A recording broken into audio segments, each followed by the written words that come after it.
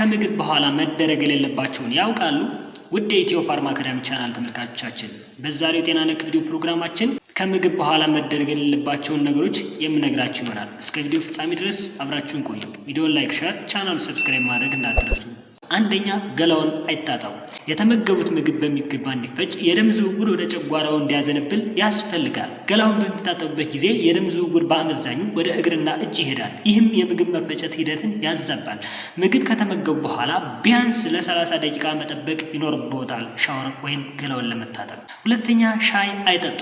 ሻይ መጠጣት የልብ ህመምን ለመከላከል ጠቃሚነት እንዳለው ቢታወቅም ወዲያውኑ ከምግብ በኋላ መጠጣት አይረንና የተለያዩ ፕሮቲኖች በሰውነታችን እንዳይወሰዱ ወይም አብዞርብ እንዳይሆኑ ያደርጋል። ሶስተኛ እንቅልፍ አይተኙ።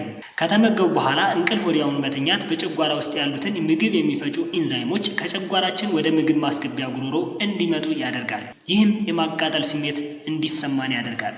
አራተኛ የእግር መንገድ አያድርጉ። ምግብ ከተመገቡ በኋላ ወዲያውኑ የእግር መንገድ ማድረግ የምግብ መፈጨት ሂደትን እንደሚያፋጥን የሚታሰብ ቢሆንም በምግብ መፈጨት ጊዜ ለሰውነት ጠቃሚ የሆኑ ንጥረ ነገሮችን እንዳይወሰዱ ያደርጋል። አምስተኛ ፍራፍሬዎችን አይመገቡ። ከምግብ በኋላ ወዲያውኑ ፍራፍሬዎችን መመገብ በሚገባ እንዲፈጩ ስለማያደርግ ፍራፍሬዎችን 1 ሰዓት ከምግብ በፊት ወይም 2 ሰዓት ከምግብ በኋላ ቆይቶ መመገብ ያስፈልጋል። ስድስተኛ ሲጋራን አያጭሱ።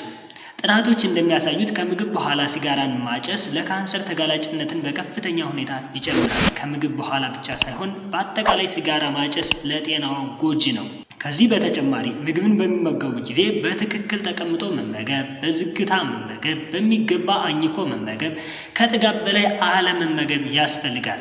ከምግብ በኋላ ትንሽ ጊዜ ሰጥተው ቁጭ ብለው እረፍት ማድረግ ይችላሉ። መተኛትን ግን አይጨምርም። ቢያንስ ለ30 ደቂቃ እና ከዛ በላይ የተጠቀሱትን ባያደርጉ ይመከራል። ውድ የኢትዮ ፋርማ አካዳሚ ቻናል ተመልካቾቻችን በዛሬው ጤና ነክ ቪዲዮ ፕሮግራማችን ብዙ እንዳተረፋችሁ ተስፋ አደርጋለሁ። በሌላ ጤና ነክ ቪዲዮ ተመልሼ እመጣለሁ። ቪዲዮ ላይክ፣ ሼር፣ ቻናሉን ሰብስክራይብ በማድረግ ይጠብቁ።